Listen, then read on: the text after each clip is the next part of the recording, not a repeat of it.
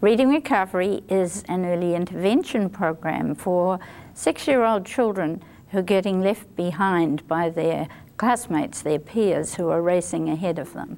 And they are given lessons, 30-minute lessons, for about half a year every day by a specially trained teacher. And they leave Reading Recovery able to read and write at the level of the average children in their classroom.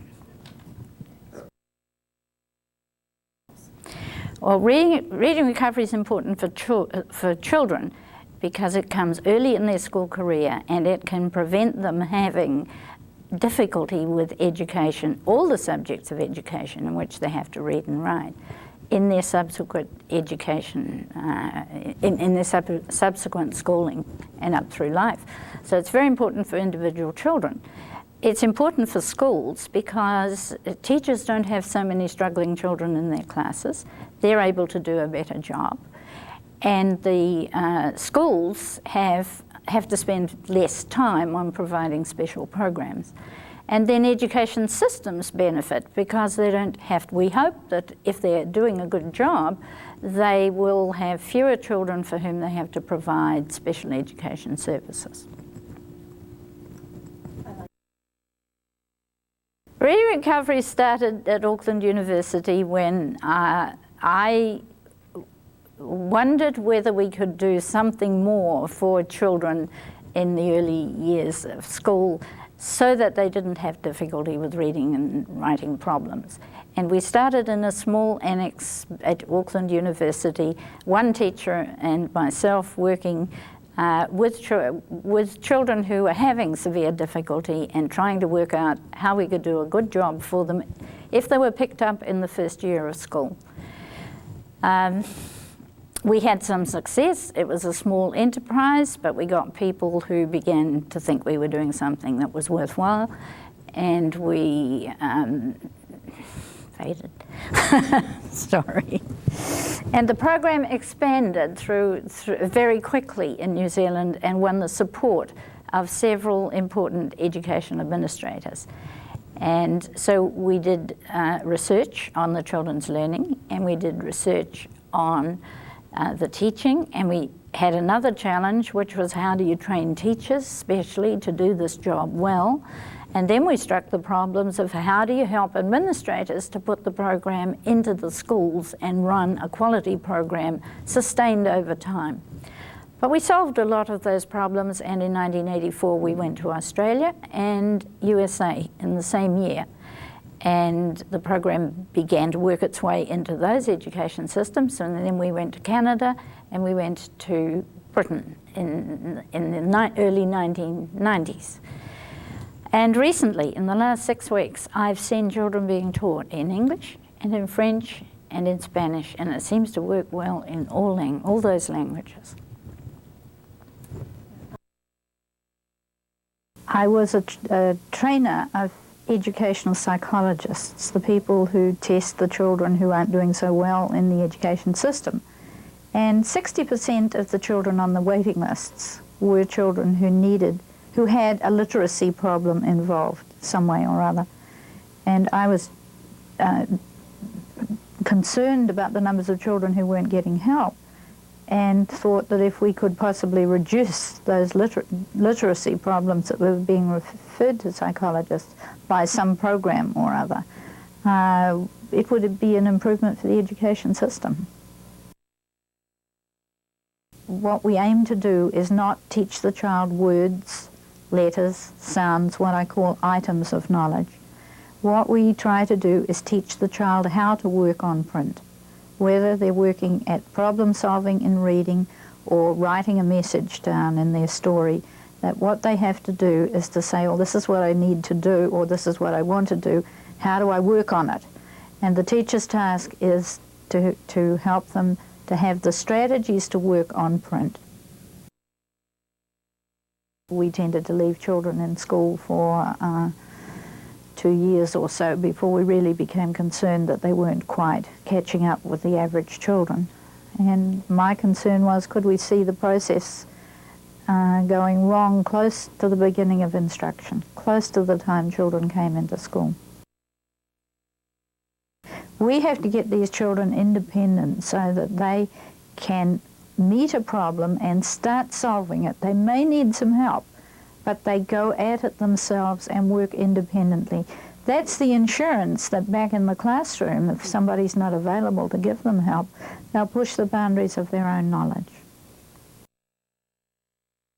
Past research would say that remedial programs have not succeeded with that, that the children tend to make slow progress once they come out of the program, or they would even drop back and lose some of the skill they'd been given in remedial programs. A lot of research had been unable to find a continuing effect. Now we know that it is possible for the school to deliver a program which in fact takes away the problem for a very high percentage of the children. Now, if we can do that in the early stages of schooling, it frees the children with the reading and writing skills to make the most out of their education from there on. And it's a wonderful thing. You get rid of the problem. In the car. Past research would say that remedial programs have not succeeded with that, that the children tend to make slow progress once they come out of the program, or they would even drop back and lose some of the skill they'd been given in remedial programs. A lot of research had been unable to find a continuing effect. So we had to design what we were doing to try and achieve this. And what we aim to do is not teach the child words, letters, sounds, what I call items of knowledge. What we try to do is teach the child how to work on print, whether they're working at problem solving in reading or writing a message down in their story, that what they have to do is to say, well, this is what I need to do, or this is what I want to do, how do I work on it? And the teacher's task is to help them to have the strategies to work on print, and the teachers pass them independence from the beginning. So it's very easy when tutoring a child to make the child dependent on you as a teacher. The next move is up to you rather than the child.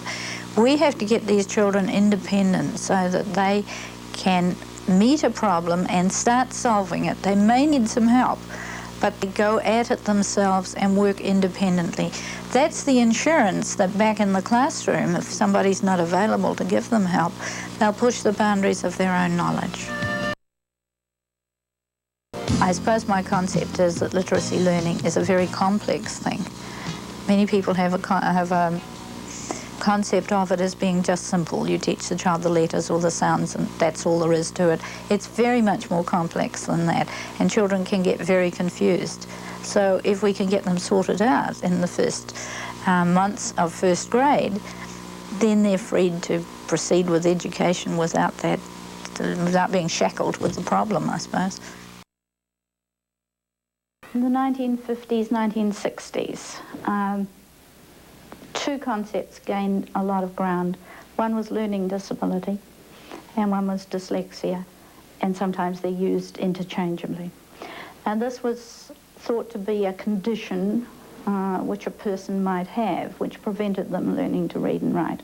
And I think that's just overgeneralized the concept to a lot of people that it didn't apply to, and sort of stopped people from taking any action. What type of children fail to make progress? They're not necessarily kids with a low IQ. No, they're not. Mind you, some of them are. And they would get into the program because you don't pick them on IQ, you pick them on achievement. Sure. But some of them are children who have wonderful language and vast experience and bright little kids that you'd think would just be able to do it. And somehow the complex process, they don't put it together well. When the child first goes with the teacher and gets an invitation, goes with the reading recovery teacher, for the first 2 weeks, there's a period which we call roaming around the known. People find it hard to sort of catch on to that. But what the teacher does is that she is not supposed to teach the child anything new that the child can't already do in that first 2 weeks. By the end of those 2 weeks, we have children who are confident. They know how to do this. They know how to play this game. They're moving around print and doing all sorts of things in a rather confident way and telling the teacher to hold back while I get on with this job. By the time the child's been in the program 4 or 5 weeks, the parents are telling us they don't know what's happening, but something's changing. So that the children begin to take control of this task. What would you say to a parent whose child is having problems in learning to read and write? Don't get anxious. Let them coast through the first year and see whether they can engage with the system, and do everything you can to sort of just smooth that path, but not to be worried or anxious about it. Most schools in New Zealand will, by the time the child is 6, know if the child is not doing too well, and may well be approaching the parent to say, would you like him to have this kind of supplementary help? It works well with the Pacific Island children, that it works well with the Maori children. If we go overseas, it's been used with Australian Aboriginal children, Greek and Italian children in Australia, black children in various parts of the States, Hispanic children in the States, a group that's said to be very hard to teach, white children from the Appalachian Mountains. They come into the group. Everybody seems to learn. Could you please describe your work as a clinical psychologist and how it intersects with the field of reading? Well, I was told during my training that a developmental psychologist must understand normal children's progress. So that was the basis of what we learned, knowing about normal progress. Then when you came to deal with children who had some kind of problem, the goal was always in treatment to bring the child with the problem back onto a normal trajectory of progress. So that fitted in with any area of children's problems that I had to deal with or train people to deal with. So how did reading become part of your work? Well, I was trained as a classroom teacher, and then very quickly I moved to work in special classes with children who had low intelligence. And I did a master's thesis on those children learning to read. That was many, many decades ago. And then, as a result of that, I got a Fulbright scholarship to the University of Minnesota, where I took developmental psychology, but as a minor. I studied in the College of Education, and I was taught by Professor Guy Bond, who's one of the historic figures in the reading field, and he had studied with Arthur Gates, so I feel my sort of history goes back into the 1930s, which is a long, long time ago. In my class at that time, there was an important person. He was a classmate. He was an assistant to Dr. Guy Bond, but he became one of the youngest presidents of IRA, and that was Ted Clymer. And we were studying research back there, 1950, together. But after that, I returned home, and I was married and had 2 children, and did things like teaching remedial reading at the kitchen table with children in the local district for a period. I see. And could you tell us a little bit about the development of the Reading Recovery Program? Well, between the period I've just talked about and developing Reading Recovery, I had to get a PhD done. I worked in the university, I did my early publications, and I'll come back to that because I want to talk about that in relation to IRA. But it was in 1976, quite late in my career, and after I'd become head of department in the university, head of education, that I felt free to go back to the study of prevention that I really had thought about in the first place. What's normal development, what's problem development, and how do you bring the ones with problems back to a normal track? I started that in 1976, and really Reading Recovery has been the realization of that sort of particular theory about preventive work having a developmental base. And it also involves one-on-one teaching. Well, yes, because what we're doing really, looking at the diversity of individuals and how very different the causes of the problems of the children are. It's necessary to find clinically, it's necessary to find an individual treatment program. And what the individual teaching allows is that we can start where the child is, not at any point that somebody else has decreed the starting point is. And we can take the children as fast as they can go, however fast they can move, making leaps and jumps if necessary. So we can get accelerated progress and get them back into the average group of their class quite quickly. So while it's individual, it's a very short, it's the shortest treatment that we can possibly do. And we work on the theory that you can take children can take different paths to the same outcome. So we have to design individual programs for them. The Reading Recovery Program has a strong professional development component. What do you think about the current worldwide push for professional development? And well, I'm glad to see it occurring because we felt it was necessary. We were going to do a lot of things that were not usually done in schools, so we had to have the teachers well trained to implement both the theory of what we were doing and the practice.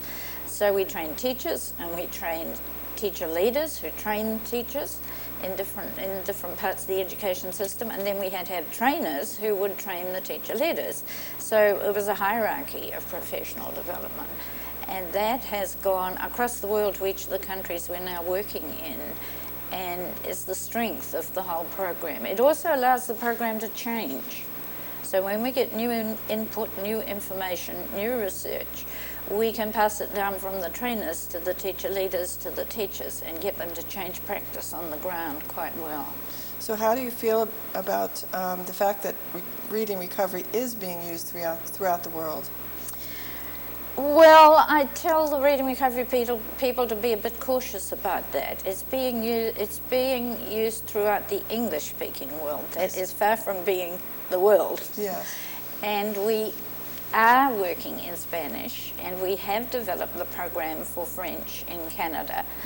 But it takes about 5 years to develop the program for another language because you're teaching the other language, so it has to be adjusted for the characteristics of the language. It takes a lot of time. And I don't know how much further we can go, but we can certainly serve English-speaking children anywhere. Well, as a developmental clinical psychologist, how does it make you feel to have such a great impact on reading, especially with the Reading Recovery Program? Reserved feelings about that. Knowing how to get this progress induces an obligation. So if we wanted to spend the money, we could tell you how many children we were teaching at the moment or how many children we taught around the world, and we don't do that because that would take money we want to use for other things. But the obligation is there. If you've served 1 million children, it sounds wonderful, but then there are several millions more who needed the program and didn't get it. So there's a certain sadness attached to being able to do what we can do. I see. Is there anything else that you would like to say? Well, I just like to reiterate that I've tried very hard to write. The work that I do is not just practical work. The work that I do is founded on pretty strong theory. But the challenge for me is to write those theoretical ideas for the academics and the researchers, but also for the teachers. I think they have a right to be able to read those in terms that they understand. So this has been one of my particular challenges, and I've still got a bit of writing of that kind to do. Are you working on that project right now? Well, no, but I have several books that underpin the Reading Recovery Program. They all have to be revised before I'm allowed to completely retire. I see. Okay. That's wonderful. Thank you. Thank you very much for your time today. Thank you. I'd just like to explain to you how the little test which I'm going to demonstrate today came about. First of all, it was part of research work which I was doing in New Zealand, and I was following the reading progress of children who enter school on their 5th birthday. So on the whole, their children, it was designed for children who are younger than school entrance in America. They're learning to read basically by a language experience program, followed by shared experiences that they write stories about, and then finally a rather intensive program of book experience where children's literature books are shared with them.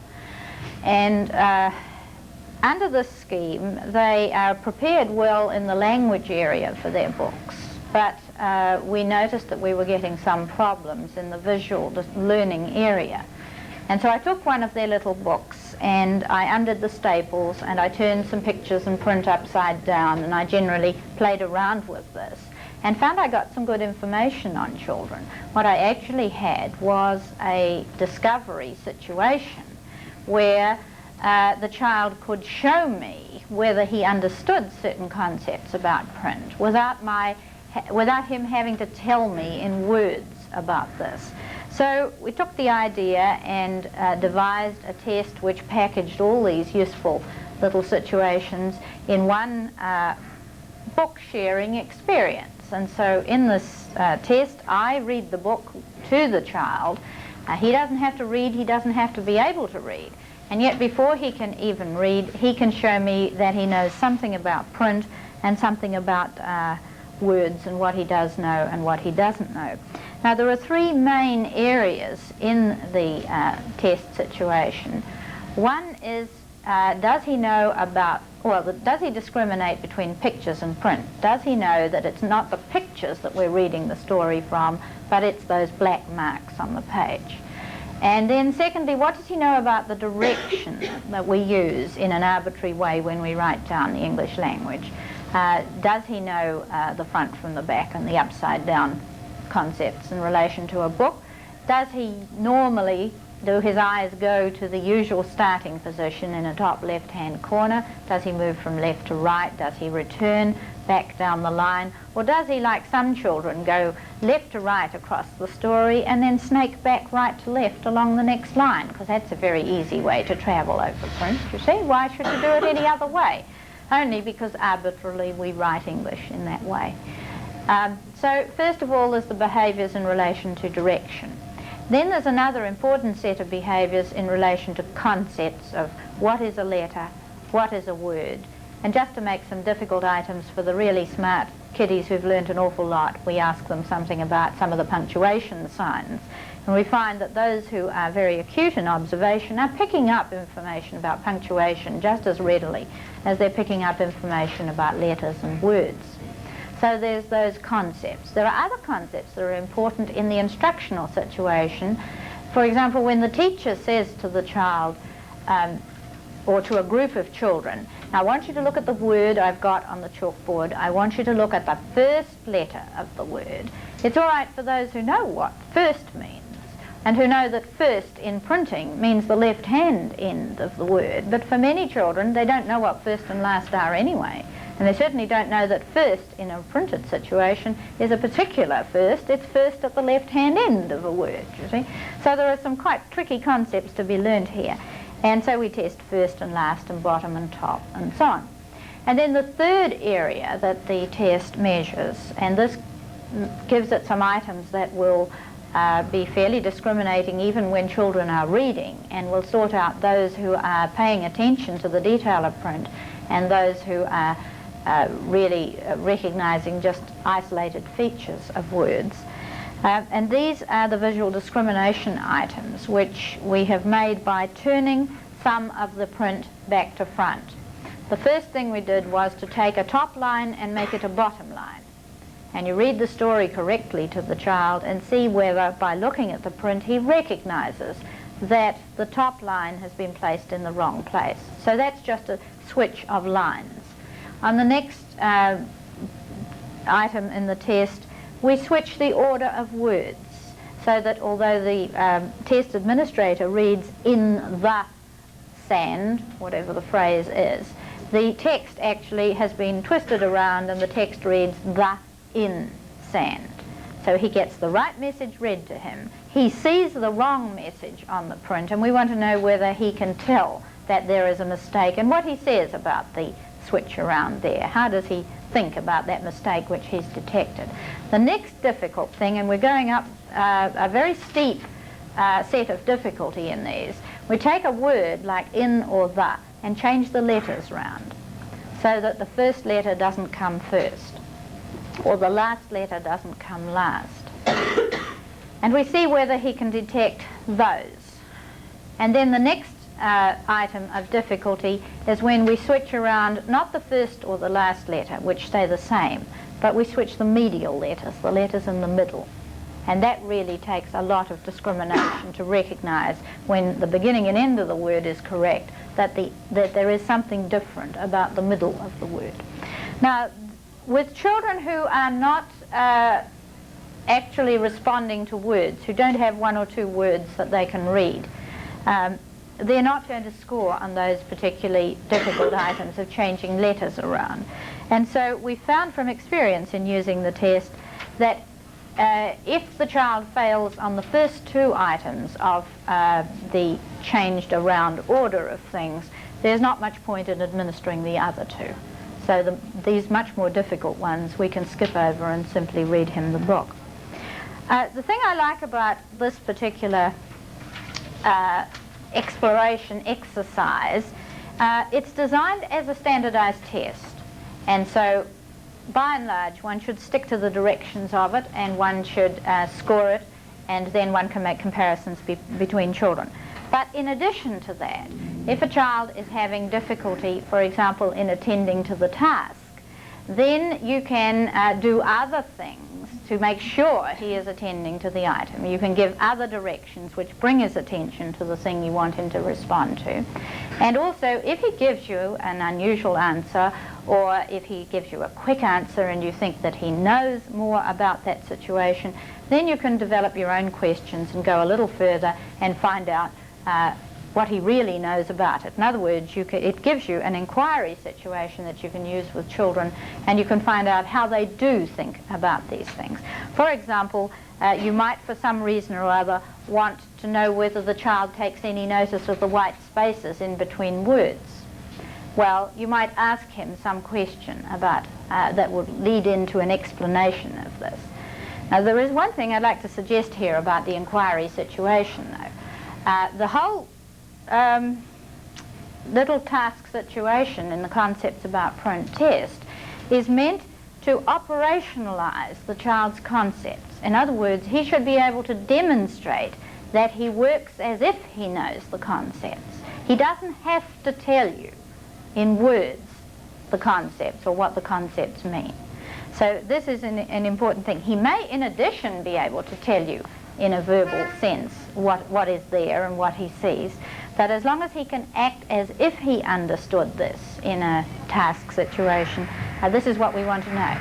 Finally, I think the important thing for me about the test is that instead of just giving me a score which tells me, yes, Johnny is at the same level as Mary and Jimmy, they all got the same score on this test. Instead of that, it tells me that although they got the same score, Johnny doesn't know the difference between a letter and a word, whereas Jimmy has difficulty with the changed around order of things, and Mary hasn't yet mastered the left to right direction. So they may all be the same on the score and more or less at a similar stage, but in fact it tells me the kinds of things I might need to teach each of them next. So it goes directly from the discovery situation to the teaching situation, and that's the kind of thing that we have wanted to develop.